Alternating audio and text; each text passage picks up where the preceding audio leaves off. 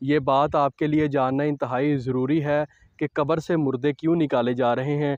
आखिर ऐसी नौबत क्यों आई, आखिर ये वजह क्यों पेश आई कि मुर्दों को कब्र से निकाला जा रहा है। अस्सलाम वालेकुम नाज़रीन, आप देख रहे हैं फैसलाबाद पॉइंट और मैं हूँ राना एहसान अली। और इस साइड पे आप जो फुटेज देख रहे हैं ये लालियाँ के इलाका कालोवाल की फ़ुटेज है। और ये बात आपके लिए जानना इंतहाई ज़रूरी है कि कब्र से मुर्दे क्यों निकाले जा रहे हैं। आखिर ऐसी नौबत क्यों आई, आखिर ये वजह क्यों पेश आई कि मुर्दों को कब्र से निकाला जा रहा है। और ये इंतहाई अफसोसनाक वाक़या भी है और इस पर जो अहले इलाका हैं वो भी गम और गुस्से का इज़हार कर रहे हैं, क्योंकि उनका बुनियादी हक़ है, उनके जो बुनियादी मसाइल हैं उनको हल होना चाहिए।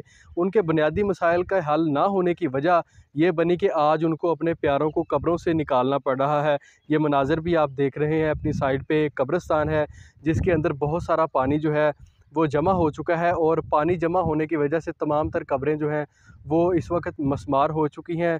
और जो लोग जिनके प्यारे फ़ौत हो चुके हैं वो आ रहे हैं और अपने प्यारों को कब्रों से निकाल रहे हैं। बहुत सारी कब्रें यहाँ पे खोली गई हैं, उनके अंदर से जो मैतें हैं उनको निकाल के दूसरी जगह पे शिफ्ट किया जा रहा है। लिए इंतज़ामिया ने अभी तक कोई कार्रवाई किसी किस्म की नहीं की, ना ही इंतज़ामिया ने अब कोई कार्रवाई की है और ना ही इससे पहले इंतज़ामिया को कोई होश आया है। और ये इंतहाई नाक़िस कारकर्दगी है जो मुंतखब हुकूमती नुमाइंदगान है और जो लालिया की तहसील इंतज़ामिया है उनके लिए भी ये एक सवालिया निशान है कि अब लोगों के जो प्यारे हैं उनको भी कब्रों के अंदर सुकून नहीं है। उनकी कारकर्दगी इस कदर मायूस कुन हो चुकी है कि कब्रों के अंदर पानी चला गया है और कब्रों से लोग अपने प्यारों को निकाल के दूसरी जगह शिफ्ट कर रहे हैं।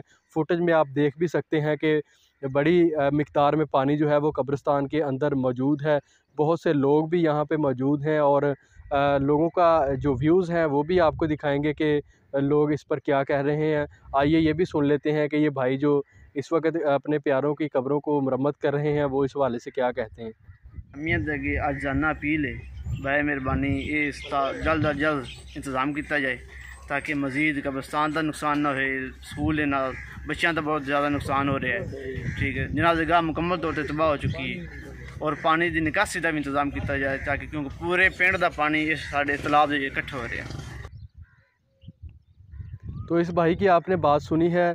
इनका ये कहना है कि इंतज़ामिया कोई तवज्जो नहीं देती, जिसकी वजह से जो कालोवाल में पानी था सीवरेज का और जो बारिश का पानी था वो अब कब्रिस्तान के अंदर दाखिल हो चुका है और किसी किस्म की कोई निकासी आपका कोई निज़ाम जो है वो यहाँ पर नहीं है। ये सूरत हाल है लालिया के इलाका कालोवाल की और ये थाना है कांडीवाल जिसका ये इलाका है। लेकिन यहाँ पर सीवरेज सिस्टम जो है वो इंतहाई बुरी तरह से ख़राब हो चुका है और ये बहुत ही अफसोसनाक बात है।